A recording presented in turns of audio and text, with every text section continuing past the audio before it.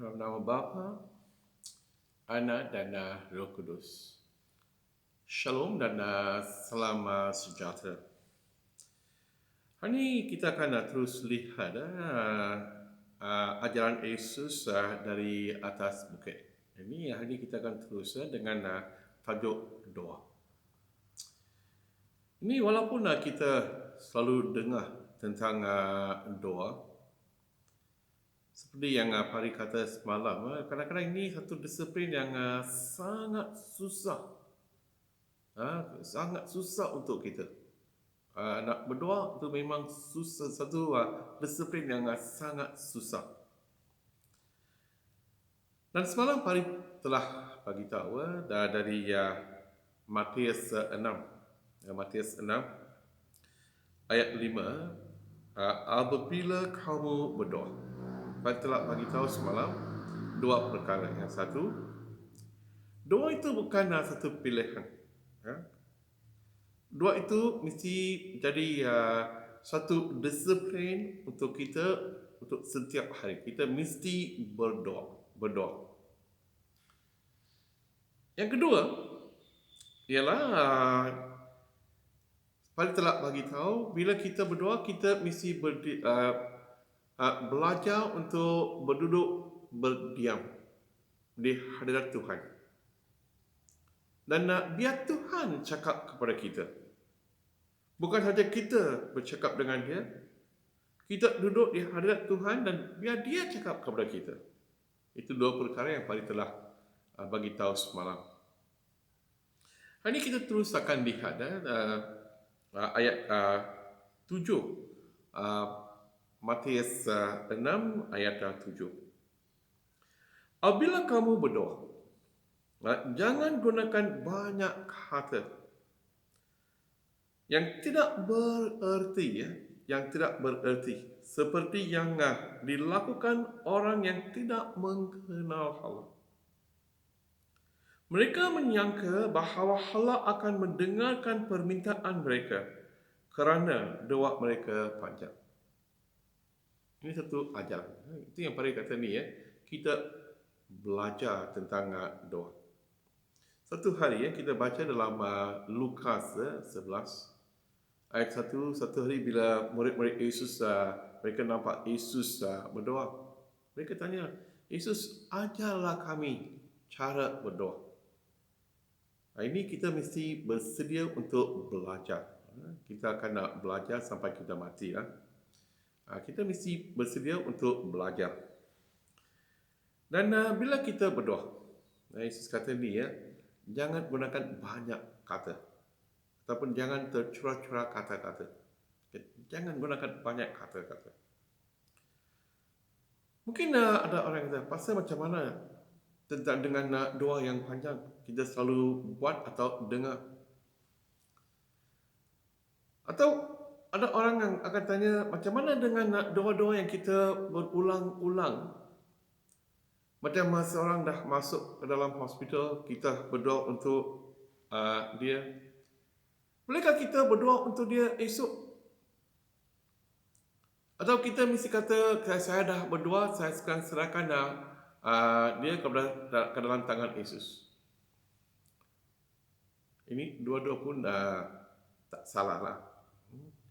Pada akan nak bagi tahu, ini bila kita berdoa, kita boleh berulang.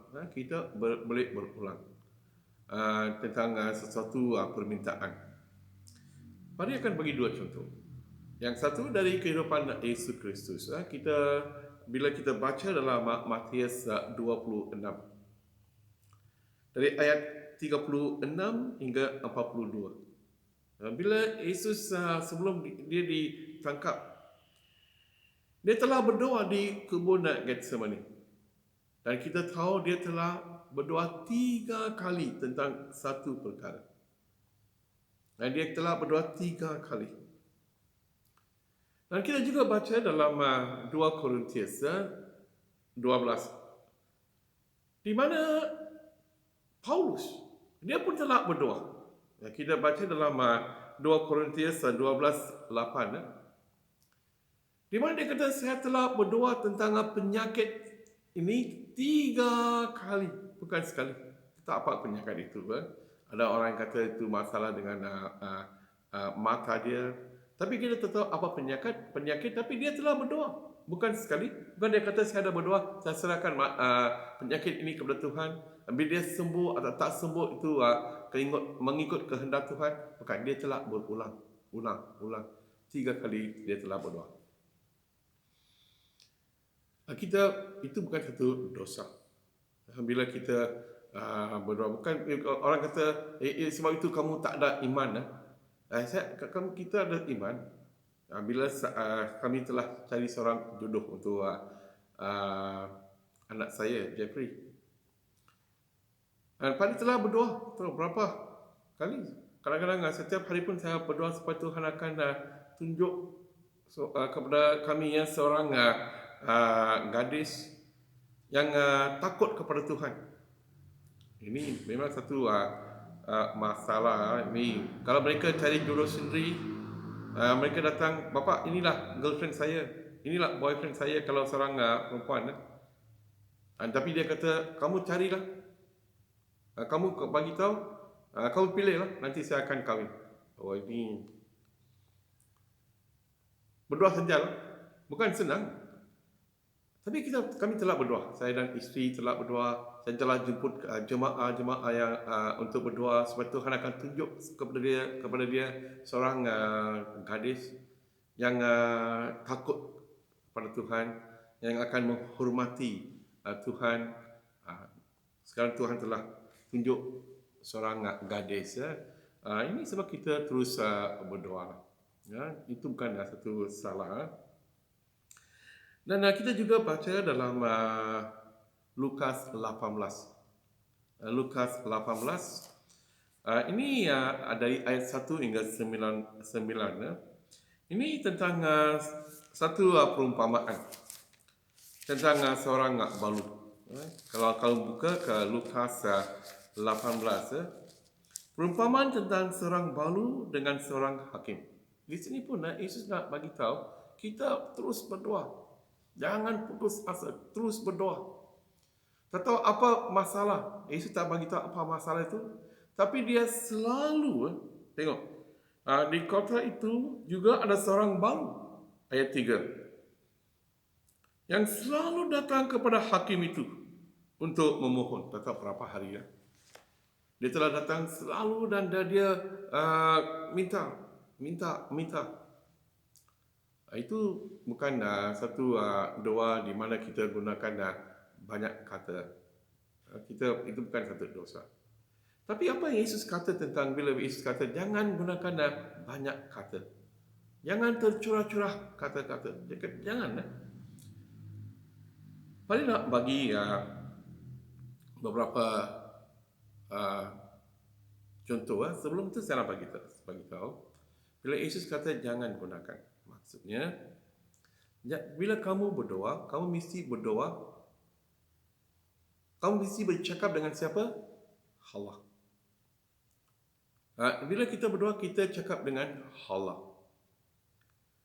Dan bukan untuk menarik hati orang kepada diri sendiri. Kita bukan nak tarik hati orang kepada diri sendiri.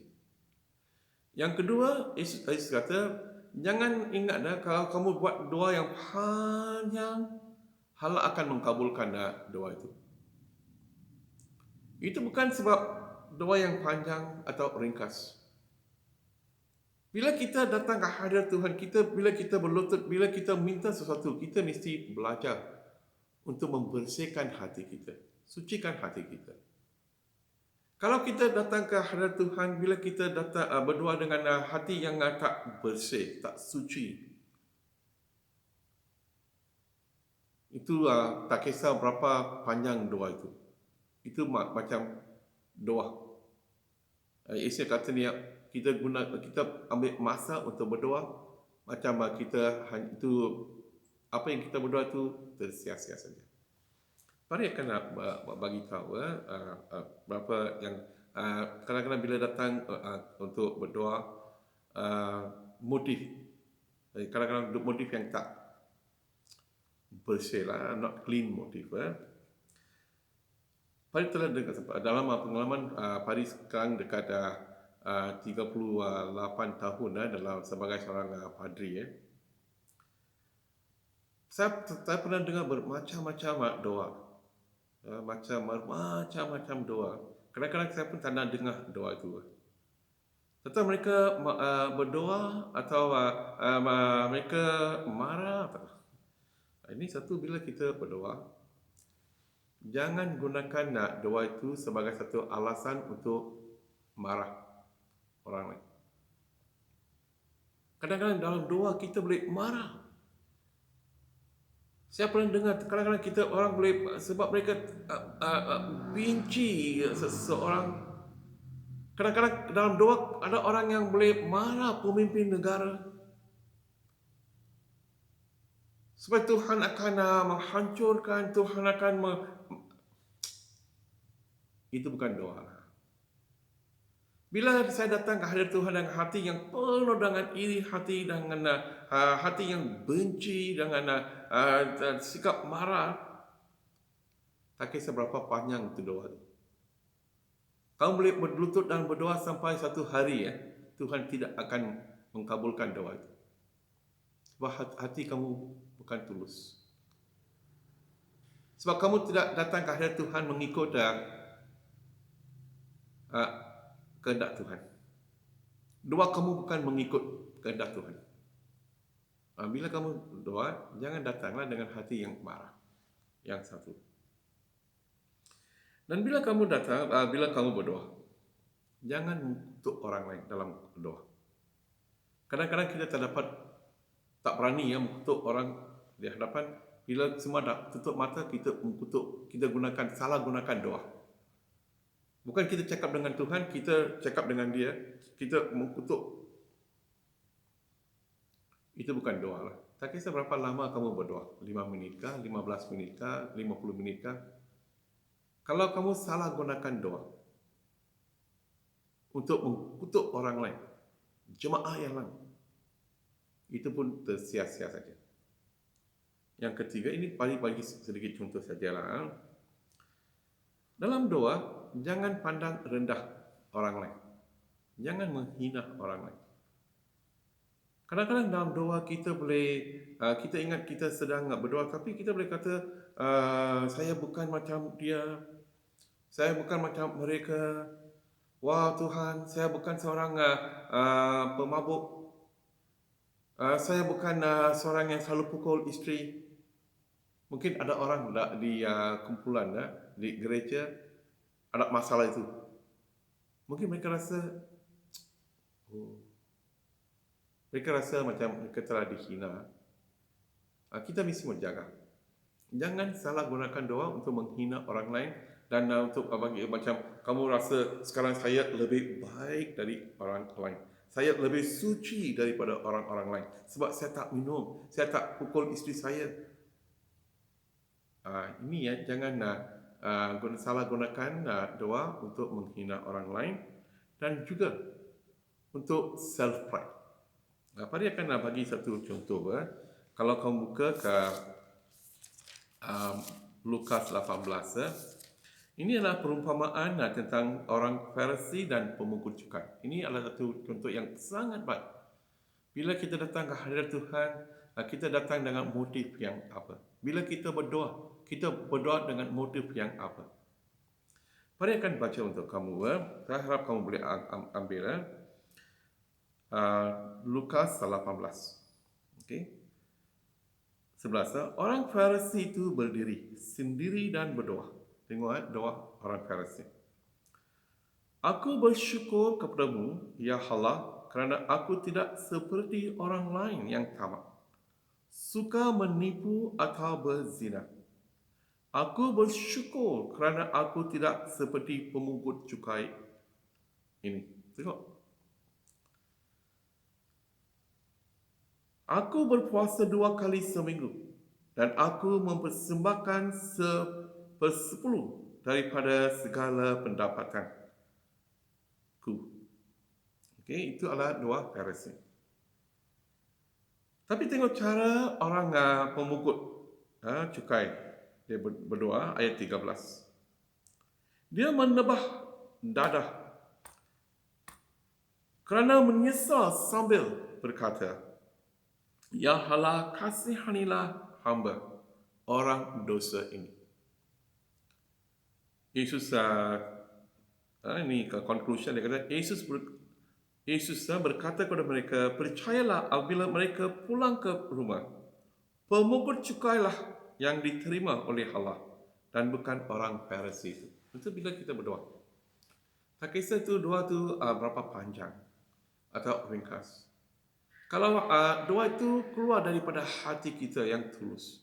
Bukan sebab kita semua pun suci. Ya. Kita hanya disucikan dalam Yesus Kristus. Kita hanya boleh datang ke hadirat Tuhan melalui darah Yesus Kristus. Bukan sebab saya rasa saya seorang yang baik seperti orang Farisi. Saya pernah dengar doa macam itu. Pemimpin doa macam dia mengangkat diri sendiri ya dalam doa.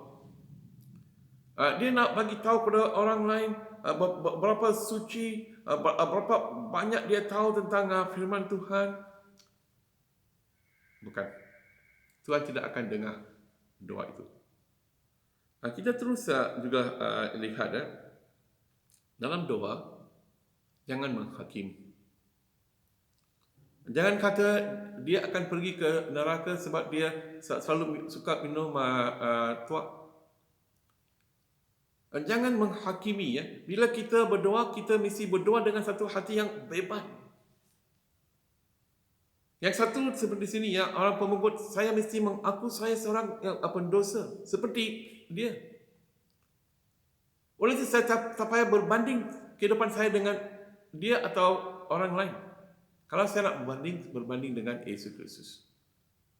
Bila saya berdiri di hadirat Yesus Kristus, bila saya nampak muka Yesus, saya rasa berapa dosa. Saya seorang yang pendosa. Oleh itu bila kita datang ke hadirat Tuhan, kita mesti belajar bila kamu berdoa, jangan berdoa dengan hati yang marah, jangan mengkutuk orang lain, jangan menghina orang lain, jangan menganggap kamu lebih baik daripada orang lain, jangan menghakimi. Ini beberapa kelemahan saya pernah dengar dalam doa. Oleh itu kita boleh doa. Tak kisah berapa panjang, berapa ringkas, ini kita dah buang masa sajalah. Itu doa macam tersia-sia saja. Itu macam Yesus kata ni ya, dia doa di mana mereka telah gunakan banyak kata, tapi Tuhan tidak akan dengar doa itu. Dan saya nak bagi tahu, bila kita nak berdoa pun, ini macam praktikal lah, macam praktikal. Kita boleh gunakan doa untuk menarik hati orang kepada diri sendiri.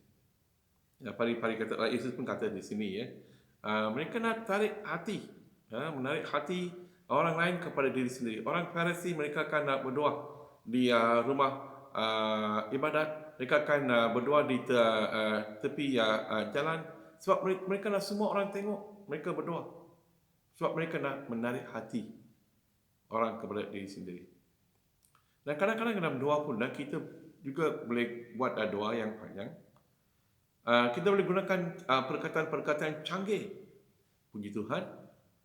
Tapi bila saya berdoa, orang lain tak faham apa yang saya doa.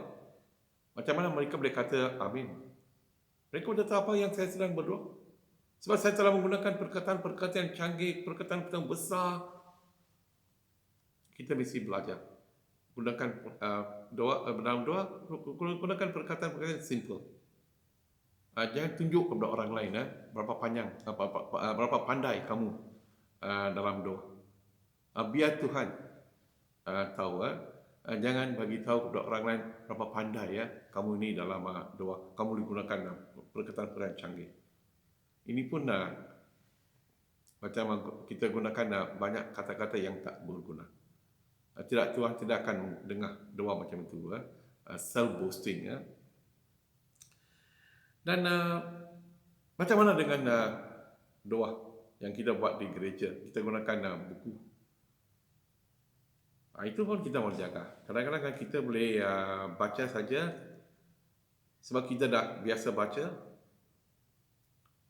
Bila Pari kata mari kita doa pengakuan dosa, semua baca saja, tak tahu apa yang kita sedang baca. Bukan, kita mesti faham. Kita ambil masa dan tahu apa yang saya sedang baca.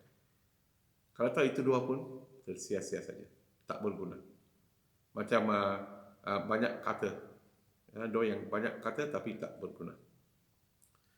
Dan bila saya berdoa, saya mesti ingat saya sedang bercakap dengan Tuhan. Dan bila saya berdoa, saya mesti bila saya minta kita berdoa untuk seseorang, dengan kita mesti berdoa dengan hati yang tulus. Ini kadang-kadang kita boleh berdoa tanpa dengan fikiran yang tak tulus. Saya akan bagi satu contoh. Yang satu, saya pernah jemput seorang berdoa untuk seorang budak dari gereja yang nak pergi ke UK untuk melanjutkan pelajaran. Sebab itu adalah satu doa gabungan, dia pun telah berdoa lah. Tuhan akan buka pintu, Tuhan akan berkati, macam-macam dia berdoa lah. Doa itu pun panjang. Panjang, memang panjang. Saya ingin tetap berapa panjang. Sebab dia biasa berdoa panjang. Puji Tuhan, dia telah berdoa, kita telah serahkan permintaan kita kepada Tuhan.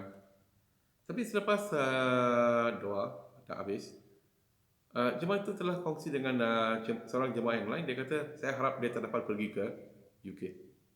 Baru saja kamu telah berdoa, sekarang kamu kata saya harap dia tak dapat pergi. Macam kamu dah tipu Tuhan dan tipu jemaah yang lain. Itu pun kita mesti berdoa dengan hati yang tulus. Kalau tak, itu doa itu tak berguna. Macam kita telah gunakan banyak kata, tapi tak berguna. Dan bila kita berdoa, kita mesti memfaham apa yang saya sedang berdoa. Jangan nak copycat, tiru doa orang lain. Saya pernah dalam satu hari, semasa saya di St. Mark, kita telah jalankan tadika. Dan setiap Selasa kami akan berkumpul dan berdoa. Dan satu hari seorang cikgu, dia berdoa, dia kata, Tuhan, di tadika ada banyak masalah. Banyak masalah. Okey, saya pun selepas kami dah habis, saya tanya, cikgu, tolong bagi tahu apa tu banyak masalah. Nanti kita boleh bagi tahu Tuhan apa tu banyak masalah. Dan dia pun terkejut. Macam mana Pak Hari tanya soalan macam ni? Nanti dia fikir, dia kata ada seorang bapa, dia marah saya sebab saya suruh saya bagi anak dia lebih sikit makanan. Saya kata tak boleh, dia marah saya. Okey, satu masalah. Lagi? Jadi itu saja. Tapi dia kata banyak masalah. Mungkin dia dah dengar dua orang lain, banyak masalah. Ini jangan. Kita mesti mahu tahu apa yang kita berdoa.